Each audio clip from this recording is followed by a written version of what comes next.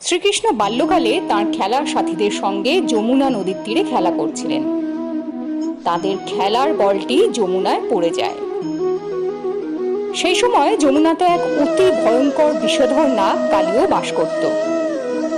শ্রীকৃষ্ণ নদীতে ডুব দেন এবং কালীয় নাগের কাছে বলটি ফেরত চান। কালীও তাঁকে পেঁচিয়ে ধরে এবং মেরে ফেলতে উদ্যত হয়।